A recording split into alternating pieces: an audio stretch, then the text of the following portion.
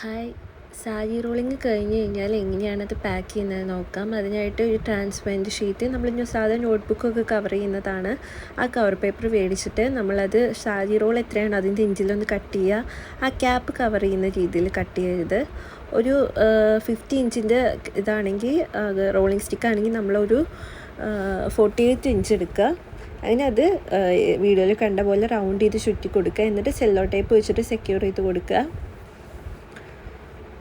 അതിനുശേഷം രണ്ടറ്റും കവർ ചെയ്യണം, നമുക്ക് പൊടി കയറുമില്ലെങ്കിൽ.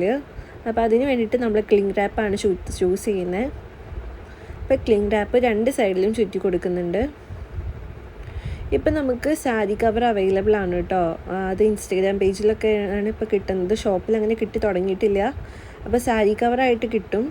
അപ്പോൾ അത് കിട്ടാത്തവർക്ക് വേണ്ടിയിട്ടാണ് കേട്ടോ നമ്മൾ ഇങ്ങനെ ചെയ്യുന്നത്. എന്നിട്ട് നമ്മൾ നമ്മുടെ ബ്രാൻഡിങ് ചെയ്യുന്നുണ്ട്. സ്റ്റിക്കർ ഒട്ടിച്ച് കൊടുത്തു കഴിഞ്ഞാൽ നമ്മുടെ സാരി റോളിങ്ങിൻ്റെ പാക്കിങ് റെഡി ആയിട്ടുണ്ട്.